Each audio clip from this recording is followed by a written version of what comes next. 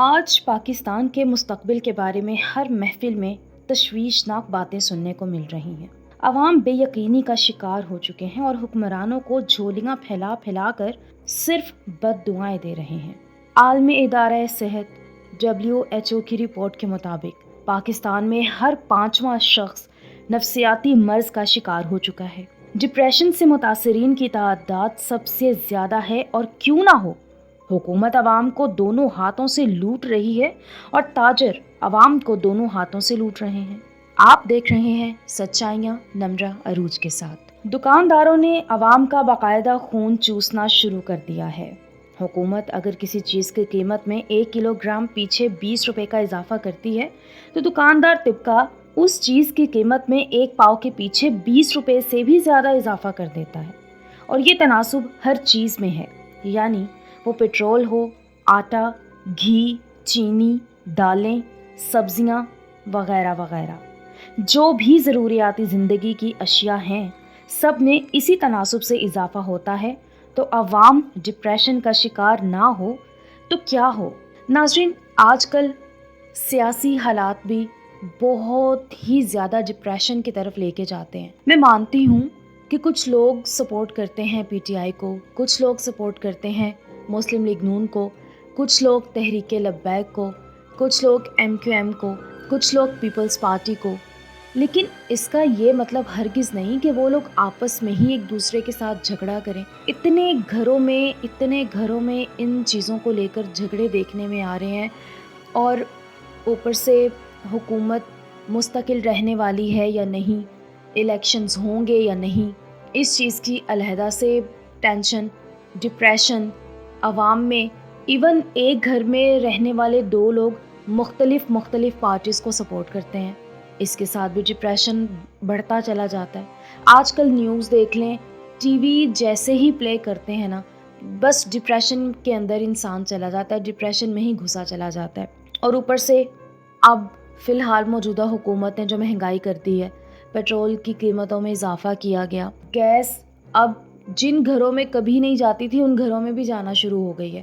یہ تو ویسے ایکس پرائم منسٹر کے دور میں ہی ہونا شروع ہو گیا تھا، گیس کا مسئلہ بہت زیادہ شدت اختیار کر گیا تھا، لیکن اب مہنگائی جو ہے وہ بھی پچھلی حکومت جو گئی ہے گزشتہ، اس نے مہنگائی کر دی ہے اتنی زیادہ، کمر توڑ مہنگائی ہوئی ہے۔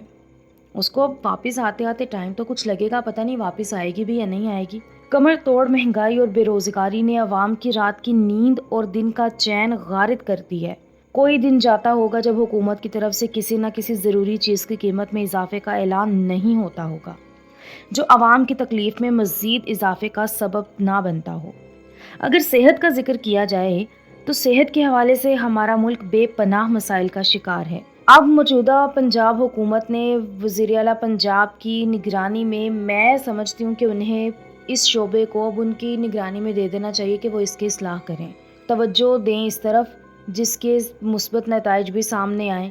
مگر پھر کہنا پڑتا ہے کہ اس شعبے میں کرپشن کی جڑیں بہت گہری ہیں، جنہیں نکالنا ضروری ہو گیا ہے۔ اس سلسلے میں چند حقائق پیش ہیں جن سے نظریں نہیں چرائی جا سکتی، حکومت کو ان پر توجہ دینی چاہیے۔ بعض ہسپتالوں کے ایمرجنسی وارڈز میں جب کوئی سیریس مریض آتا ہے تو مہنگی ادویات کی ایک لمبی فہرست ورثاء کو پکڑا دی جاتی ہے کہ بازار سے لے کر آؤ۔ جوان کو لانا پڑتی ہے کیونکہ ان کا مریض حادثے، زہر خورانی، فائرنگ یا کسی دورے کی وجہ سے موت و حیات کی کشمکش میں ہوتا ہے۔ حالانکہ لائف سیونگ ادویات وارڈ میں موجود ہونی چاہیے کیونکہ حکومت مہیا کرتی ہے، لیکن وہ بہت کم نظر آتی ہیں۔ یہاں پر بھی ڈاکٹرز کی غفلت ہے نا کہ وہ لوگ ان دوائیوں کو، ادویات کو اپنے گھروں میں لے جاتے ہیں، اپنوں کو دے دیتے ہیں۔ وہ یہ نہیں دیکھتے کہ ہمارے پاس بھی ہاسپٹل میں کوئی سیریس مریض آ سکتا ہے۔ خوددارا میری حکومت سے گزارش ہے کہ اس طرف بھی توجہ دی جائے۔ اب اپنے آپسی جھگڑوں کو چھوڑ کر فی الوقت الیکشن سے پہلے کے جو کام ہیں آپ کے، یا بعد میں الیکشنز کے بعد جو بھی حکومت آتی ہے، میں گزارش کرنا چاہتی ہوں کہ اس طرف بھی نظر ثانی کی جائے۔ بہرحال بازار سے لائی جانے والی دواؤں سے کچھ دوائیں استعمال ہوتی ہیں اور باقی محفوظ کر لی جاتی ہیں، جو بعد میں فروخت بھی کر دی جاتی ہیں۔ سرکاری زچہ بچہ وارڈ کی اگر بات کی جائے، ان ہسپتالوں میں بھی ہوتا ہے یہ سب کچھ۔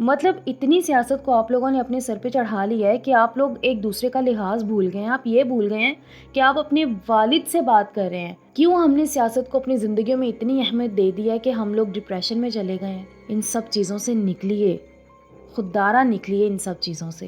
اپنوں کو دیکھیے، پیار محبت دیکھیے. ہاں سیاست ٹھیک ہے کافی حد تک، آپ نے جس کو ووٹ دینا ہے، جس کو سپورٹ کرنا ہے آپ کریں، لیکن خاموشی سے. کیوں کسی کے ساتھ جھگڑا کرنا ہے اس چیز کے اوپر؟ ارے یار بحث ہی نہ کرو. جس پارٹی کو آپ سپورٹ نہیں کرتے ہیں آپ اس پارٹی کے بارے میں بحث ہی نہ کریں. بات آگے بڑھتی ہی نہیں. خیر، آپ سب کیا کہتے ہیں اس بارے میں کمنٹ سیکشن میں اپنی رائے سے ضرور آگاہ کیجیے گا. اگلی نشست تک کے لیے نمرہ عروج کو دیجیے اجازت. اپنا اور اپنوں کا خوب خیال رکھیے گا. ایسی مزید ویڈیوز آپ کے لیے لے کر آتی رہوں گی. پلیز چینل کو سبسکرائب کرنا مت بھولیے اور بیل آئیکن کو بھی کلک کیجیے تاکہ آپ کو ہماری ہر آنے والی ویڈیو بر وقت مل سکے.